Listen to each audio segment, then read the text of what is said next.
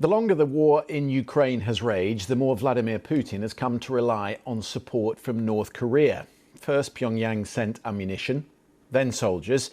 Now it's sending thousands of construction workers to help fill a huge labour shortage created by the war. South Korean intelligence officials have told the BBC that 10,000 workers were sent to Russia last year, and many more are continuing to arrive, with more than 50,000 expected in total. Our Seoul correspondent G. Mackenzie has spoken to 6 workers who've managed to escape. We have changed the workers' names and voices to protect them. This video, posted on social media by a Russian official in April, shows a North Korean man working on a construction site in Russia's Far East. He's one of thousands of North Koreans working to fill a huge labour shortage created by the war in Ukraine. We've spoken to 6 workers who've managed to escape Russia since the start of the war, including this man who fled last year. They told us they spent 18 hours a day building apartments and weren't allowed to leave the building sites. I was excited to go to Russia, to travel abroad and earn money.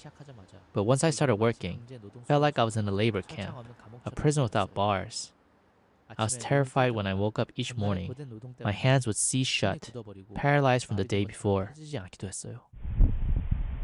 We've been sent these videos of North Koreans on Russian construction sites. It used to be common for them to work abroad like this, making money for Kim Jong-un.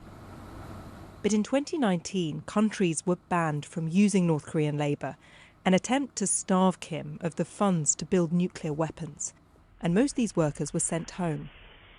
Now, we understand these workers are flooding back into Russia. I've spoken to an intelligence official here in South Korea who's told me that last year more than 10,000 of them arrived, and this year many more than that are expected. Eventually, they think there will be more than 50,000 of them.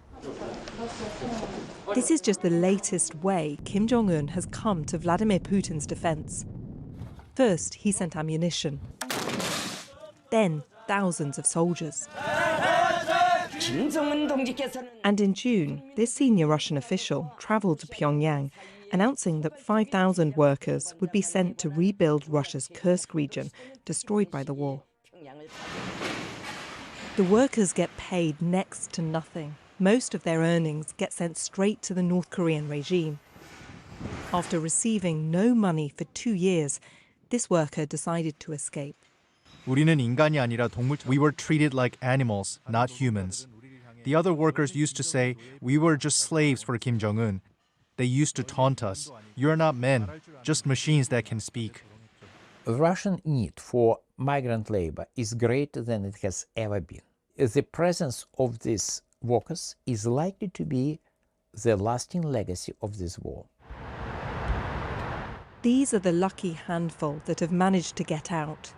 Thousands more are stuck, and many more will keep arriving, it seems, long after the war is over and the missiles and soldiers have stopped. G. Mackenzie, BBC News, Seoul.